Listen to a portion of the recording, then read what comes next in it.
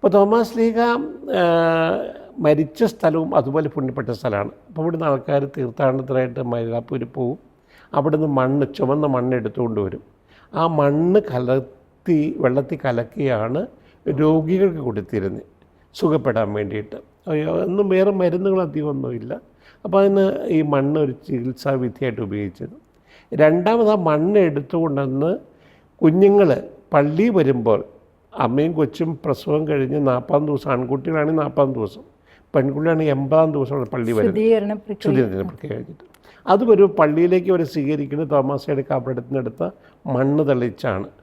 തോമാസ്ലിഹയുടെ കുഴിമഴത്തിൽ നിന്ന് മണ്ണെടുക്കാൻ പറ്റിയില്ലെങ്കിൽ ഈ 7 ക്രൈസ്തവ കേന്ദ്രങ്ങളില്ലേ, അവിടെ നിന്ന് എടുത്ത മണ്ണ് തോമാസ്ലിഹ പ്രേക്ഷിതപ്രവർത്തനം നടത്തിയെന്ന് പറയുന്ന ഈ സ്ഥലങ്ങളിൽ നിന്ന് എടുത്ത മണ്ണാണ് അവിടെ നിന്ന് തെളിക്കുക.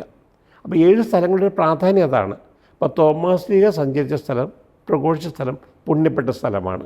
ആ സ്ഥലം ഈ കുഞ്ഞ് ക്രൈസ്തവ മാർഗത്തിലേക്ക് കയറുമ്പോൾ, വിശ്വാസത്തിൻ്റെ സ്വീകരിച്ച് സഭയുടെ ഭാഗമാകുമ്പോൾ അവനെ ഈ പൈതൃകത്തിൽ സ്വീകരിക്കുന്നത് തോമാസ്ലിഹ കടന്നുപോയ സ്ഥലത്തെ മണ്ണ് തെളിച്ചാണ്.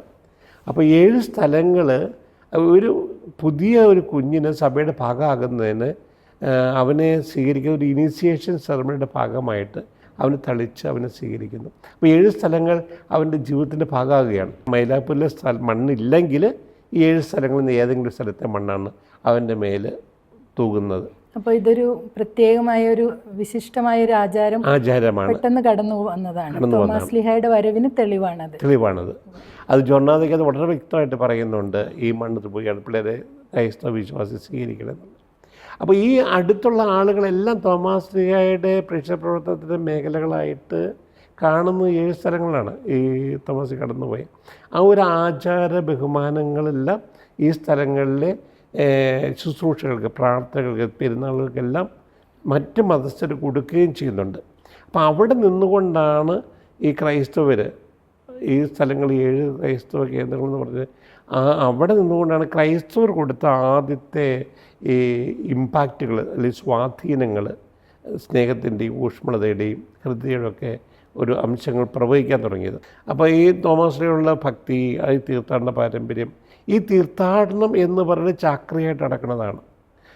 പല ആവർത്തിച്ച് നടക്കുമ്പോൾ ഇവിടെ ഇടയിൽ സൃഷ്ടിക്കപ്പെടുന്ന ഒരു ഐഡൻറ്റിറ്റി ഉണ്ട്, ഐഡൻറ്റിറ്റി കോൺഷ്യസ്നെസ് ഉണ്ട്. അപ്പോൾ തീർത്ഥാടനം തന്നെ ഒരു ഐഡൻറ്റിറ്റി മാർക്കറാണ്. പോയി വരുന്നു, അവിടെ നിന്ന് തോമാസ്ലിഹയുടെ കബറിടത്ത് നിന്ന് മണ്ണ് കൊണ്ടുവരുന്നു, അത് രോഗിക്ക് കൊടുക്കാൻ വേണ്ടി ഉപയോഗിക്കുന്നു. അയൽവക്കാർ ആ മണ്ണ് ഷെയർ ചെയ്യുന്നു, അവർക്കും രോഗം വരുമ്പോൾ കൊടുക്കുന്നു. 2, ആ മണ്ണ് എല്ലാ പള്ളികളും സൂക്ഷിക്കുന്നു. കാരണം അവരുടെ ഐഡൻറ്റിറ്റിയെ സ്റ്റാമ്പ് ചെയ്യാൻ വേണ്ടിയിട്ട് ഈ മണ്ണാണ് തളിക്കുന്നത്.